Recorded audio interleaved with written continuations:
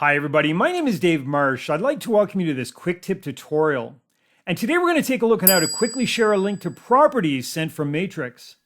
Now before I begin, I'd first like to mention that because each MLS may have slightly different requirements, the system that we'll be using during this tutorial may differ slightly from the one that you're currently working with. Nevertheless, the functionality is the same, and for the most part, whatever you see during this tutorial, you'll easily recognize in your own system. All right, so for anyone who's familiar with Matrix, you already know that as an agent, you're able to send properties to a client either from a direct or an auto email. However, occasionally, you may also want to share properties with a prospect who's not yet a Matrix contact. To do this, we'll first need to select the properties that we'd like to share. Next, I'm going to select the Share Link option from the Send Action button.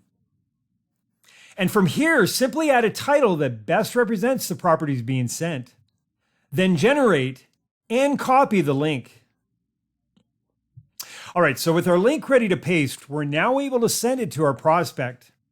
And again, if the intended recipient is already a Matrix contact, then we'll want to send these properties in a direct or auto email, not by sharing this link.